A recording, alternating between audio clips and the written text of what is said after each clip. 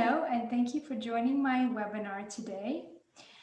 I will be talking about From the Stage and Beyond, Advocating for Women in Music. My name is Julia Mortyakova, and I'm professor and chair of the Department of Music at the Mississippi University for Women. I'm also the founder and artistic director of the annual International Music by Women Festival. My talk will consist of 3 parts. First, I will talk about my life and career and experience in advocacy activities for women in music. Next, I will provide some tools for your advocacy toolbox as you are planning your advocacy activities.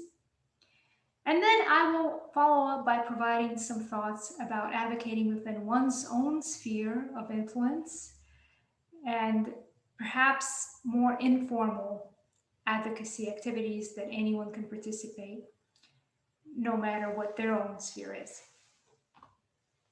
So a little bit about my background. My mother is the composer Olga Harris. So growing up, I never spent much time thinking about women composers or the lack of their presence in the performance canon, because I had a composer literally living with me, and she had a very successful career in Russia and then in the United States. And so I was always surrounded by musicians performing her music. I was performing her music. And so to me, a woman composer was just an everyday occurrence. However, as I progressed in my own career and I left the home and I went to college and I went to graduate school, and I would attend professional events for composers because I was always volunteering to perform their music, I noticed that it was primarily men, even in contemporary music sphere. But then in history books, there were also no women composers. So while I was a doctoral student at the University of Miami, I took a class about women composers, and an assignment for the class was to write a research paper. And I chose Cécile Chaminade as the composer about whom I was going to write. I checked out a lot of piano books, all the piano books I could find by her from our music library. And I remember the moment where I was sitting at my piano at home, playing through some of her etudes. And my initial thought was, this is incredible music. It's so pianistic. Of course, she was a concert pianist herself. It's so beautiful. It's so unique. Why do I not know this music? Why does no one else perform this music around me? And so my thought was, oh, it's too bad that she wasn't more well known so that we could have this music. Then when I started researching for the paper, I realized that she was actually extremely well known during her lifetime. She had a career where all her music was published, it was performed. She toured the world performing exclusively her own compositions and was on par with all her male counterparts and really a true success story. And so then I realized that what's going on is really a historical injustice. You have someone who has achieved kind of the dream career for a composer and a pianist, and has done it in the 19th, early 20th century, where it was more difficult for women to do so. And then after her death, history magically erases her from the canon, from the performance canon. Even pedagogical piano books contain her music in the early 20th century, and then past 1950, you see it kind of disappearing to the point where now people don't know who she is. So when I realized that this is just literally the audiences are being robbed of this music, performers and students and teachers are being essentially deprived of this treasure, I made it my mission to bring her music onto the concert stage. And after a while, other women composers were also included. But starting from my doctoral studies, every concert I performed included music by Cécile Chaminade. Now, because I am a concert pianist, I have a firm belief that to change the classical music performance canon, the change has to initiate on the concert stage because the music speaks for itself. I fell in love with Chaminade music for the music because I started playing. And so to me, once artists perform the music on stage, audience members are going to hear it and want to hear it more. They're going to request it. Students who attend will want to study it, teachers who attend will want to teach it, other artists will also want to perform it. So it's going to start a ripple effect of this music spreading. So I was performing this music. Eventually, I would be asked to participate in special activities for Women's History Month, so special concerts, presentations, dual music, solo music. And that is something very easy that anyone can do no matter where they are. Organize a Women's History Month concert, maybe collaborate with another department on your campus, for example, Women's History Department or History Department, and have them maybe talk about the music while you're performing the music. If you're not comfortable talking about it yourself, I never had that problem. I love talking to my audiences, but it's also a good way to include other people. However, I would like to give a word of caution. I have seen this happen where a performer is more than willing to perform a work by a woman composer for a Women's History Month celebration, but then when it comes time for their own faculty recital, they go back to performing music by dead white men. And to me, that's a problem. I think the message that we're sending to our audience and to our students is that, oh, this is a special thing we do here, but then the rest of the year we go back to doing this. And that's not right. I think, as I said, for me, 90 to 100% of my recitals are all women composers. And so it's a commitment I made, not because I'm just trying to advocate for women composers, because I think this is great music that I think people need to listen to. And when people do come to my concerts, they always leave just feeling elated because they discovered something new that's just gorgeous and they want to hear it again. So just a word of caution about these kinds of events. When I received my first teaching position at Alcorn State University, I was in charge of a national piano competition for young kids all the way through graduate students. And so I decided, why not have a special prize for the best performance of a work by a woman composer? And so I instituted such a prize, and that inspired students to study this music to compete in the special awards category. That's something that anyone can also do, no matter what your sphere of work is. If you have a festival or conference or a competition that you're running, you can have a special dedicated opportunity for someone to encourage them to perform this music. I'm also a very strong member of the College Music Society, and I have been very involved in that organization since my first year as a doctoral student. And as soon as I discovered Cécile Chaminade, I started sending proposals that were accepted and programmed on regional and national conferences about the life and work of Cécile Chaminade, and then continuing on about the life and work of other composers. I think that's another great thing that people who are involved in professional organizations can do. You can spread the message at your own professional events, because if you present at a conference, other people will be inspired to also research this music and teach it and play it. And so that's another idea. A little bit about my background. In addition to being a musician, when I was a student, I was also very involved in student government. So I was president of Student Council and Student Government Associations at Vanderbilt University, at New York University, NYU, and finally at the University of Miami for 2 terms. That led me to be the president and CEO of the National Association of Graduate and Professional Students, which is an overarching umbrella organization for graduate student governments within the US.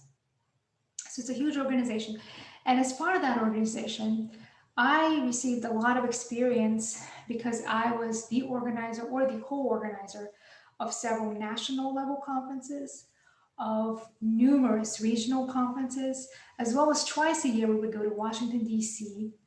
and lobby Congress on issues important to graduate students. And I became so well versed in lobbying that I actually ended up training other people how to lobby. And later on, I worked for a nonprofit upon graduation, and one of my jobs was also to advocate in front of members of Congress. So when I say I have advocacy experience, I actually have hands-on experience literally lobbying members of Congress. So fast forward, I had the opportunity to apply for my current position at the Mississippi University for Women. And as part of my interview, I had a conversation with the president, and I pitched the idea to him about starting an international annual Music by Women festival. Why did I want to do this at the W? The W has been coeducational since 1982. However, it was founded in 1884 as the first state-supported college for women in the country. So it has a very rich history of women's leadership and educational initiatives. And I thought, what a great place to start a festival dedicated to highlighting contributions of women to music. There were other music festivals featuring music by women, but there were fewer of them than there are now. And so I thought it would be a great place for a festival. It's a beautiful campus with a beautiful performance space, but also I thought it would be really great to go with the mission of the W. So this was back when I interviewed in 2012, and this is also one of my kind of tales about have patience.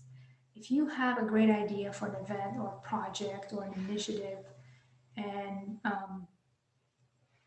it's not the time, or there are no resources, or you don't get an answer right away, don't give up, because you never know when that opportunity might become available. So you've got to keep fighting for your dream.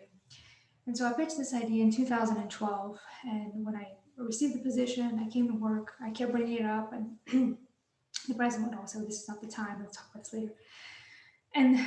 But I kept bringing it up. And so finally in 2016, 4 years later, he pulled me aside after a conference and said, hey, are you still interested in having this festival? And I said, absolutely. And so that brings us to the festival. The festival was founded in 2017, and the festival highlights the contributions of women composers past and present. It's a conference and a festival.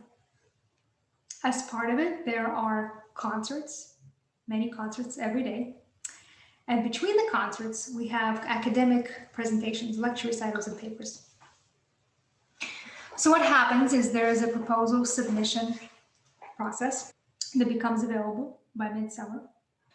And the proposals are due in the fall. After the submission process is over, it's a peer review process, just like any academic conference. There's a selection committee that evaluates all the proposals. And then the selected sessions are notified and then programmed at that year's festival.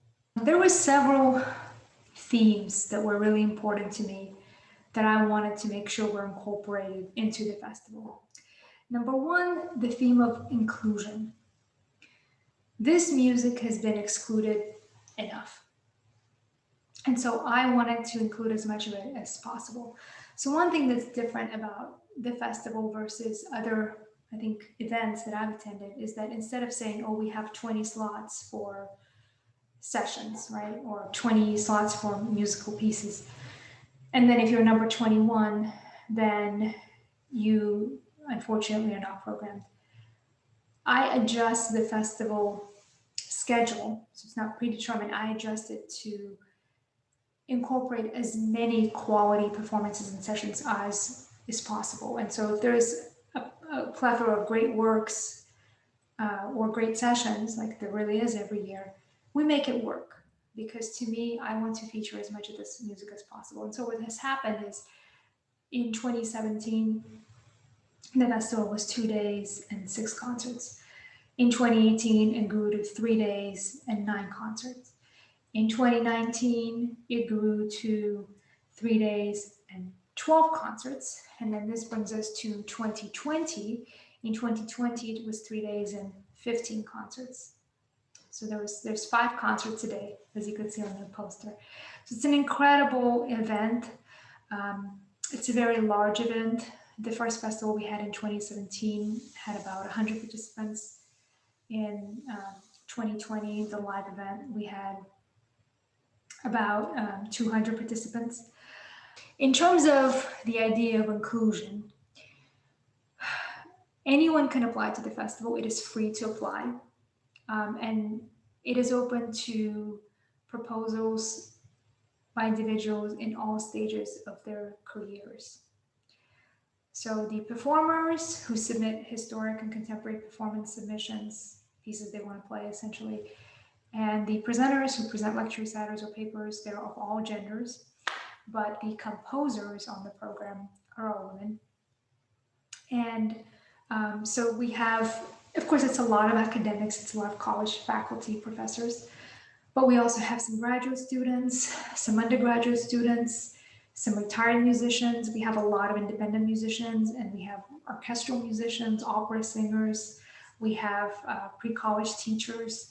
So we're really kind of spanning our entire music profession, and anyone who's dedicated to supporting endeavors of women in music. And I say women in music because even though the music performed is written by composers, the sessions, the papers and lecture recitals, they're all about everything in music relating to women. So it could be sessions about, of course, composers, but it could also be sessions about performers, about music educators, about gender stereotypes in music, just in anything that is about women in music. It's very broad. Students have an equal opportunity because it's a blind peer review. Students have an equal opportunity to be programmed as well as professionals. So inclusion is very, very important to the festival.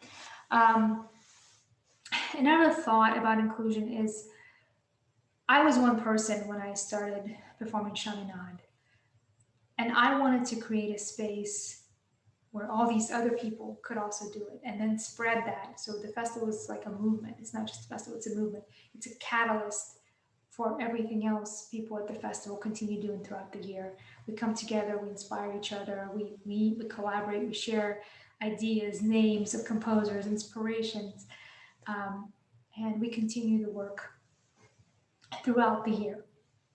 So the other idea that was very important to me is the idea of equality.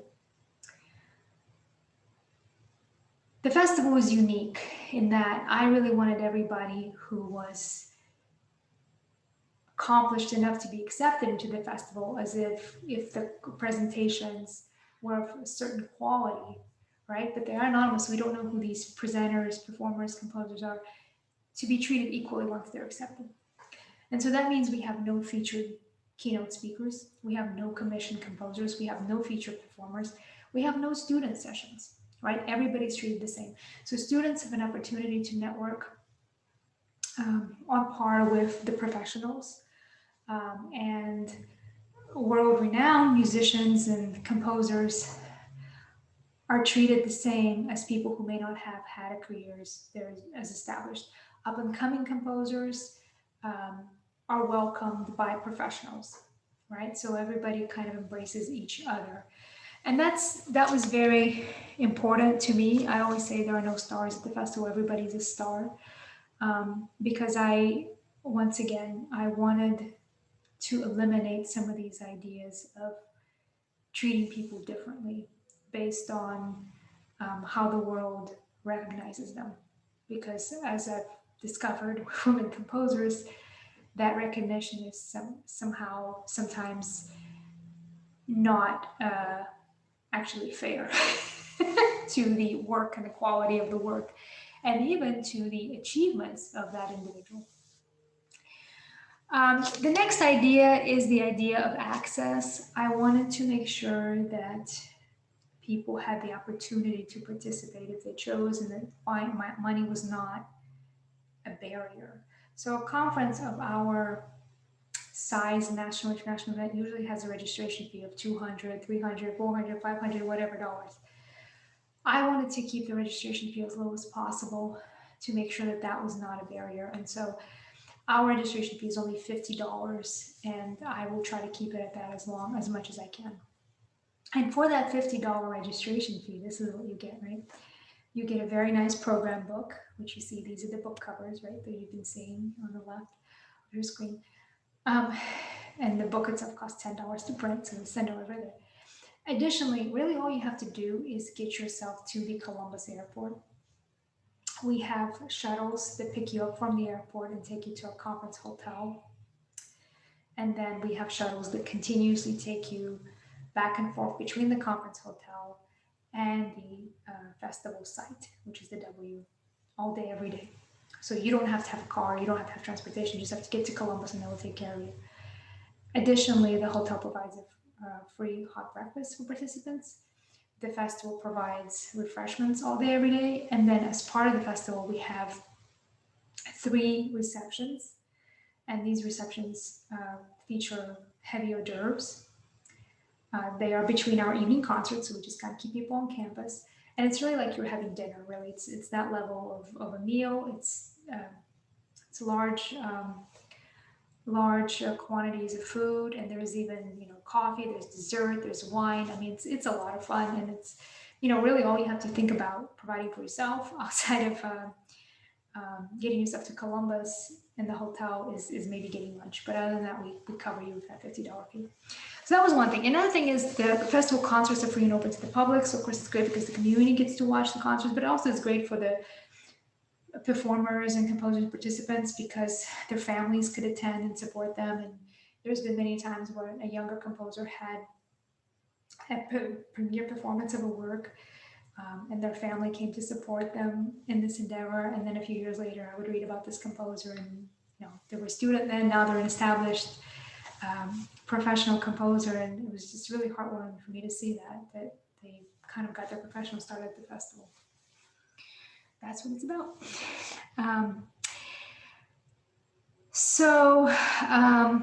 The final main theme is the idea of diversity. And when I say that, I mean in all possible ways. So there's a diversity of type of music in this program. Every concert features a mix of historic music as well as music that could have been written this year, right? So you may hear music from the Baroque time period, you may hear a piece of music that was written in 2021, right? And there's also a diversity in terms of the instruments programmed. And I like to say, at the festival this year, we had everything from opera to a piece for 4 cornets and a rapper, like somebody was rapping over it. We've had toy pianos as part of the festival, a very prominent part of the festival. We had excerpts of film scores. I mean, there is just different kinds of music and instrumentation that is performed every single year. And finally, diversity in terms of where our participants come from. We've had, of course, from all over North America, from Canada, from South America. In terms of Europe, we've had participants from Slovenia, from Italy, from Russia. We also had participants from Scotland, from England, from Iran, from various countries in Africa, from Korea. The list just goes on and on. And some of the music that you'll hear, and I'll mention some of the performances from 21 because you can actually still watch them, is we had a solo piano recital featuring music by Indigenous women composers from Canada. We had a solo bassoon recital featuring women composers from several countries in Africa. We had numerous works by composers from Korea, composers of Korean descent, Korean American composers, for example, using Korean folk music, using elements of shamanism. So it's very diverse. The music is diverse. Our participant pool is very diverse, and it's wonderful to hear everybody come together and celebrate our own uniqueness. So since I mentioned the 21 festival, you can watch this festival at any time. So in 21, because of the pandemic, we decided to have a virtual event, and we decided to expand it to the entire month of March. Now, as I mentioned at the beginning, to me as a performer and also someone who really believes performance is most important, getting music on stage was priority number 1. So instead of having a cramped 3-day event with all these sessions, people are tired of these Zoom conferences because it is exhausting. I thought, why not have just concerts, and let's have them every single night during the month of March. And that's what we did. We had a concert every night, March 1st through the 31st. A concert was streamed on our website and on our YouTube channel, and it remained online following its premiere. And as I said, it's still online. You can still watch them. It's going to remain there indefinitely. So, of course, one thing that people missed was the opportunity to meet and greet, to talk informally between sessions. And so we had festival conversations, which were Zoom sessions 2-3 times per week, every week for participants, so they could each talk about their music if they were composers, or talk about performing the music if they were performers, and kind of interact and exchange information and things like this. And we also had YouTube chat going during the concerts that anyone could participate in, not just people in the festival. We had some active audience members who congratulated composers and performers as well. And there were 2 things that actually came out of having a virtual event that I think will be helpful going forward for this movement. Number 1, anyone could watch the festival at any time. So you didn't have to be in Columbus to watch the festival, right? You could watch it from anywhere that you are, and you could watch it on your own time. If you weren't there for the premiere, you could still watch it. You could watch it on your own time zone.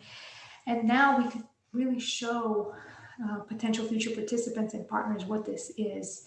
And I had requests for interviews all the way up to Wisconsin. I did an interview on a feminist radio show about the festival because now everybody could watch it.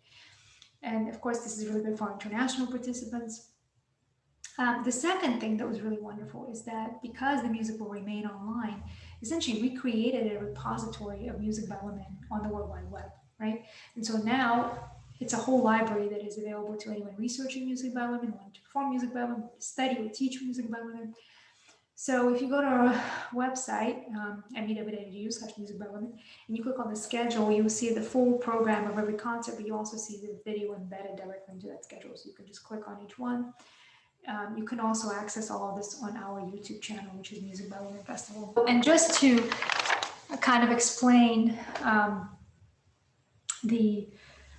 how big this event was, we had over 200 people participate. We counted 113 composers on the program, and we had over 130 performances.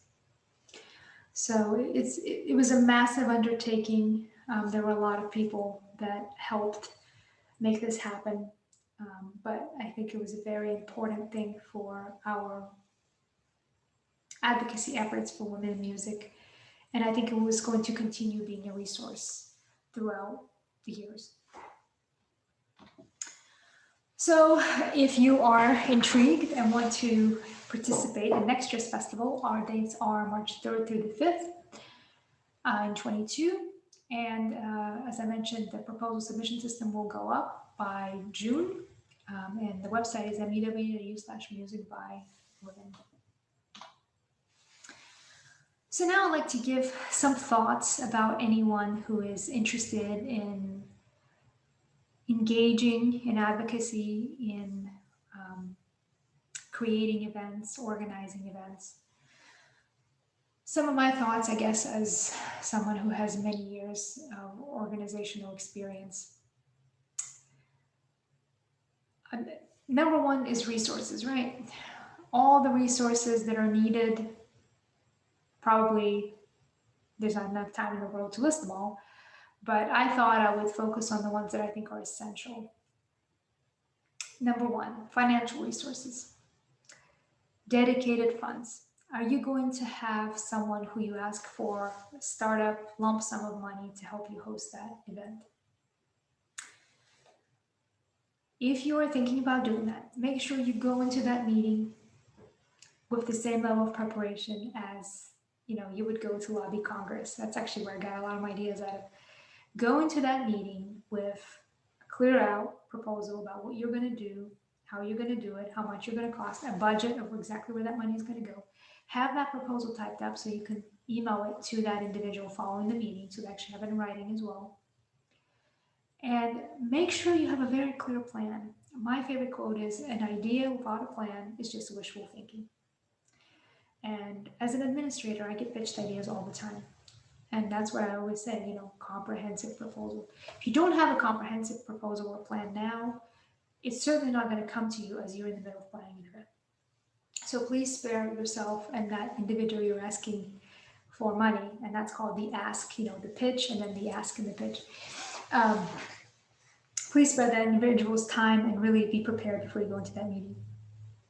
Because that's also their impression of you, right? If you're prepared, they're going to respect you. They're going to think you know what you're doing. They're going to support your event. If you're not, then maybe not. Other financial means, registration fees. As I mentioned, for the Music and Women Festival, the fee is low because that's only about a quarter of my finances because I raised the money.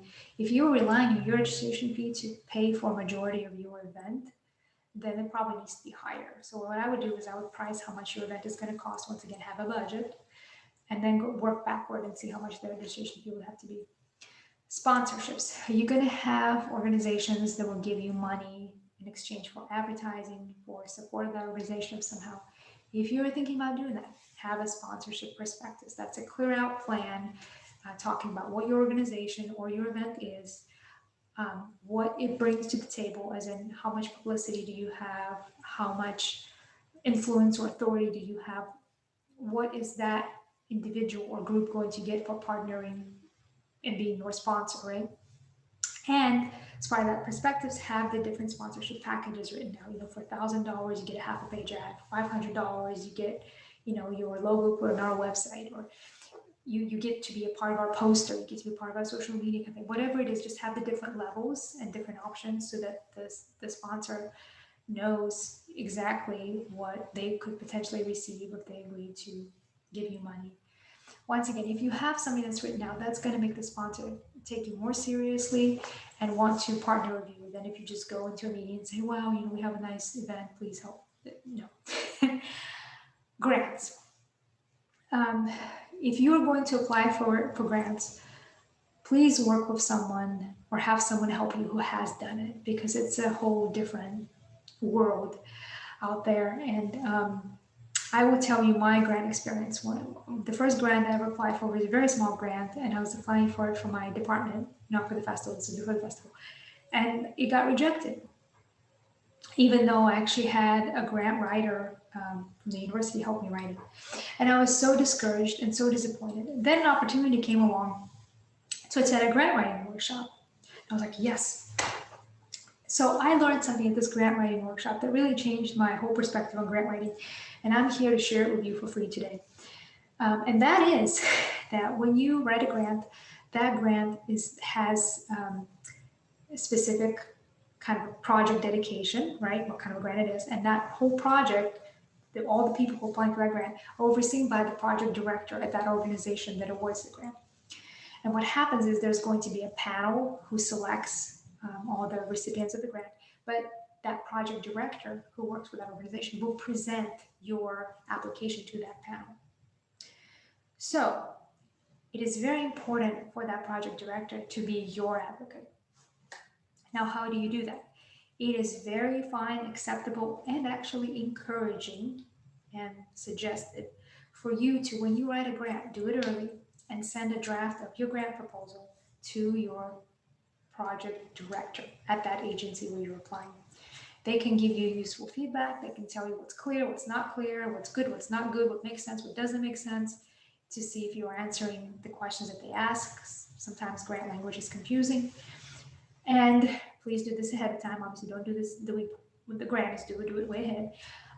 But also, that will help you to develop a relationship with that grant director, and they will be more likely to advocate and present your project because they're going to know who you are and they're going to know what you're doing in front of that panel than if you're just someone who applied and had no communication with.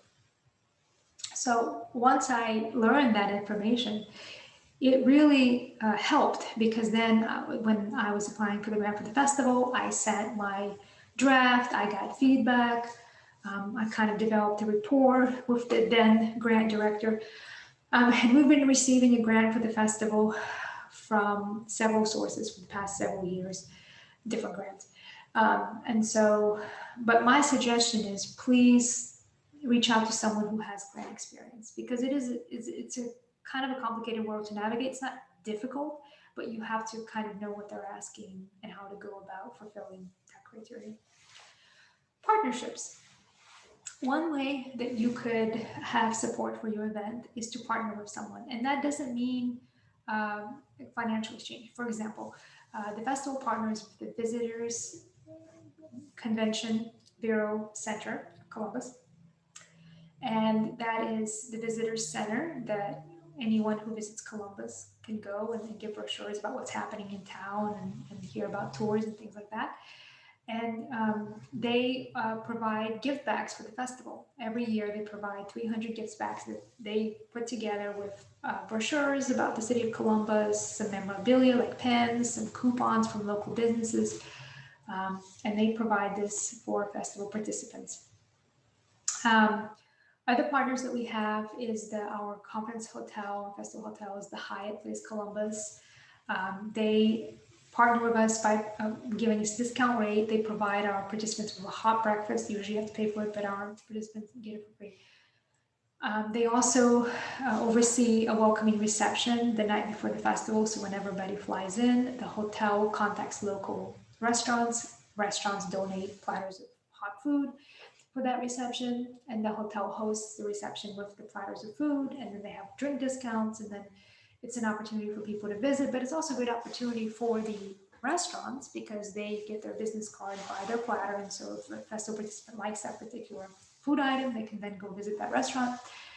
But it's great because it doesn't cost the festival anything, it doesn't cost the hotel anything. It's pretty easy to donate a platter of food for a restaurant, but everybody kind of wins, and it's another great partnership that we have, and they handle all of that completely on their own. I just tell them the time and they take care of everything. Finally,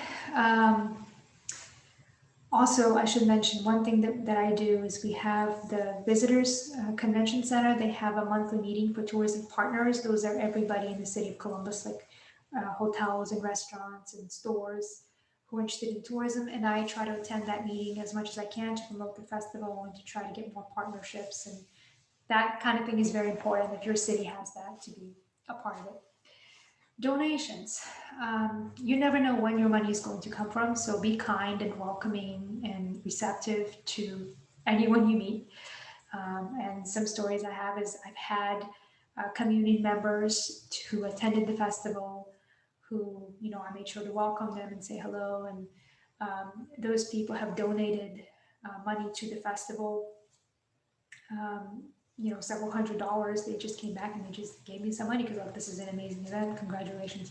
So you never know who's going to do that. So just assume that anyone can be a potential donor, and that you're always representing your event or group, and be aware of that in all of your personal interactions.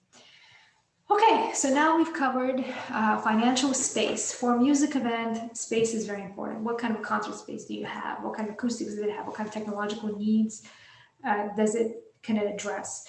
Do you have a piano? Do you have two pianos? As someone who has a piano duo, I can tell you a lot of spaces do not have two pianos on stage, and that's something to think about. What are the presentation capabilities? Do you have classrooms? Do they have AV? Do they have pianos? Can you do a lecture site in a classroom? Practice rooms. Musicians need to practice, right? Especially pianists, they need a piano. So what access do they have? For me, I'm a building manager of this building because I'm also department chair. So it's easy because we can sort of reserve the whole building for the festival. That is rare. A lot of times you don't have full access to a building with everything in it. So what access can you have that you can provide to your event participants?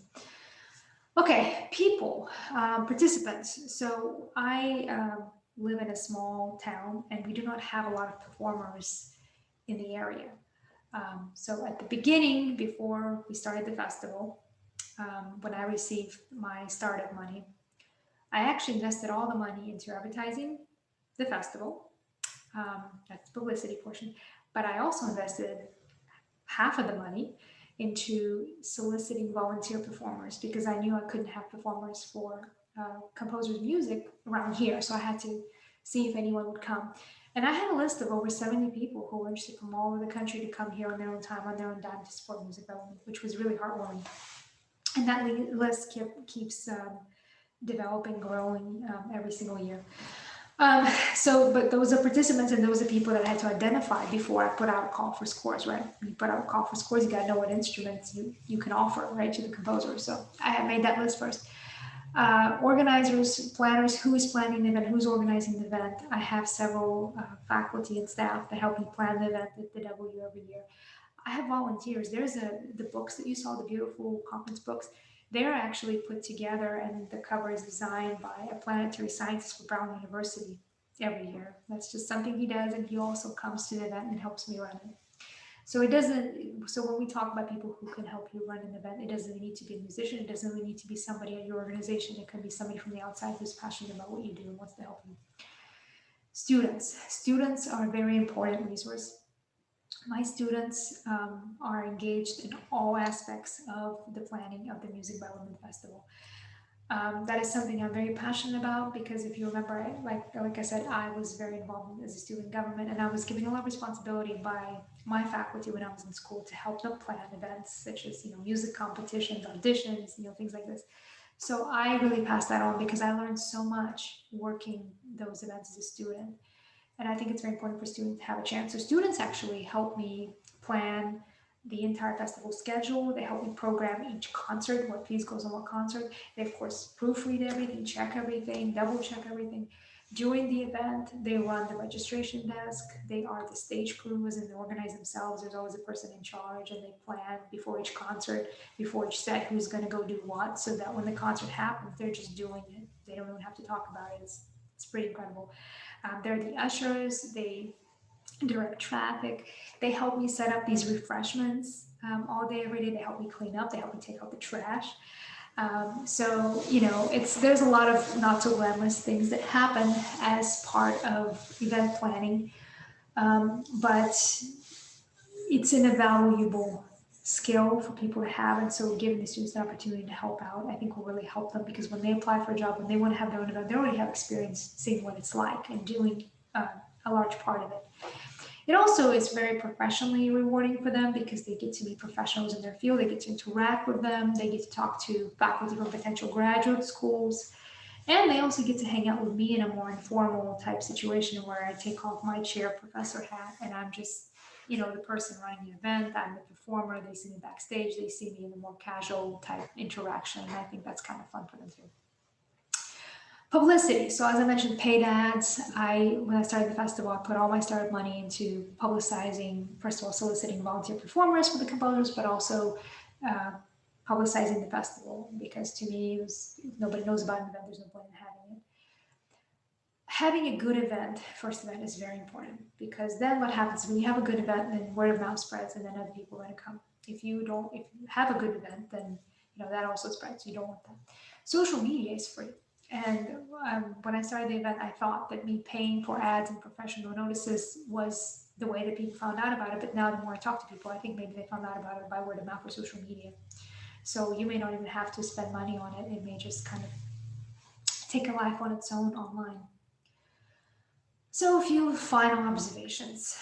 I think the most important resource is the dedication and commitment of the organizer or the director of the event. You have to be able to really carry most of the load for whatever it is you're doing, because you will have a situation where people will kind of flake out on you, disappear, not be able to handle tasks. They have life things that happen that, for example, illness, and you have to be able to keep going and accept that responsibility. And if you feel like you have too much on your plate right now to know that, hey, I might be left by myself, then don't do it, because inevitably things happen. So for example, we had a tornado during the festival once, but we planned ahead. So we knew exactly who was going to do what if we had a siren go off, which it did, and how we were going to proceed and get everybody to safety and stop the concert and things like this. During the festival, we've had several times performers get sick or not be able to come for various reasons, and we've had other performers who literally stepped in on a day's notice to perform our work. So people do miraculous things, but you will have obstacles that you need to overcome. And I guess the question is, can you do it? Or should you have other people helping you? Do you have reliable people who can help you? So just something to think about. Finally, I think experience is the most important thing in event planning. And experience doesn't mean you need to have planned an event by yourself. It just means maybe as a student, you help plan an event. Maybe as a professional, you co-plan an event. If someone is doing an event where you are and they ask for volunteers to help, just volunteer to help, because that way you'll gain that experience and you will see what it's like. This year was the 5th year of the festival. Every year I think of something new that will help make it better for next year. And I think that's how it is with event planning. You only really get better at doing it by doing it, but you will be at a much bigger advantage if you already have some experience helping other people plan an event before you plan your own, than if you just kind of walk in there and try to do it from scratch. Finally, I think just as important as formal advocacy efforts are, it is maybe even more important to have informal advocacy for other women. Supporting other women, supporting initiatives, supporting women. And that could be a simple thing in your own sphere. So if you see a young woman composer who had a work performed, go up, congratulate her. If you see a young woman composer looking for someone to perform her work, help her find a performer. I've performed numerous works by my students. I encourage my students to perform music by women. I've had students bring me new composers and say, I really want to play this piece. In certain cases, the piece may be a little too difficult for the person. I'm like, let's try it. You're passionate about this. Let's have you try playing this piece. Where the person plays the piece so well because they really love it, that they inspire me to then play the piece. I've had students bring me music and just say, Dr. Mortyakova, this is such a great piece. Can you play it? And so actually, as a result of this, I ended up playing several Clara Schumann pieces because a student asked me to.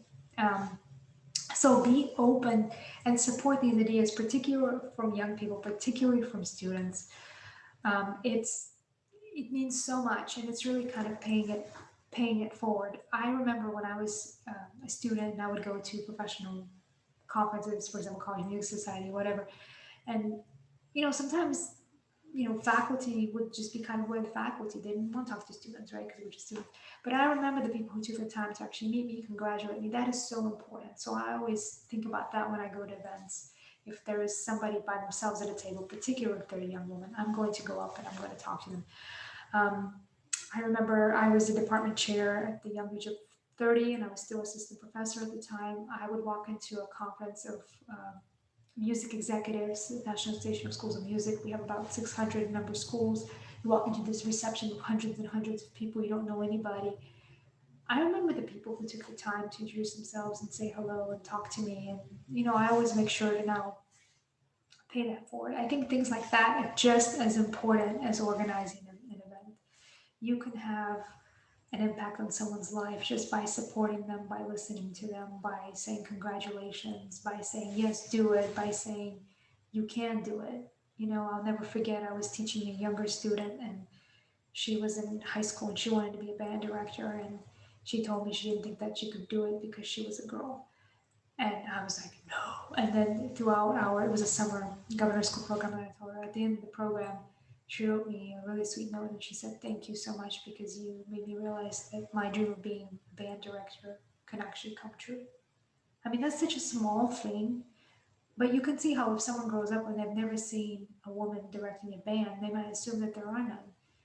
And just, correcting that can really help an enormous effect on that person's career and life.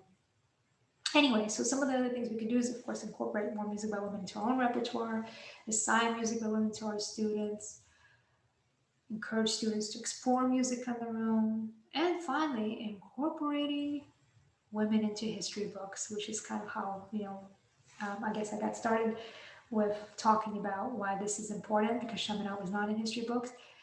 The big book that everybody in the States used, History of Western Music by Burkholder, Grout, Poliska. Chaminade's still not in that book. I actually had a conversation with Peter Burkholder about this at a conference 10 years ago. And we interacted via email, and new edition came out a few years ago. She's still not in it. I'm going to continue fighting this battle, but I think if we continue performing it, eventually we will prevail. We will win. So, final thought, one organization you can join, which is of course hosting this webinar, is the International Alliance of Women in Music. We advocate for women in music in all spheres. IAWM.org is our website. Please check it out. And now I think we have some time for questions and discussion. Thank you so much for joining me.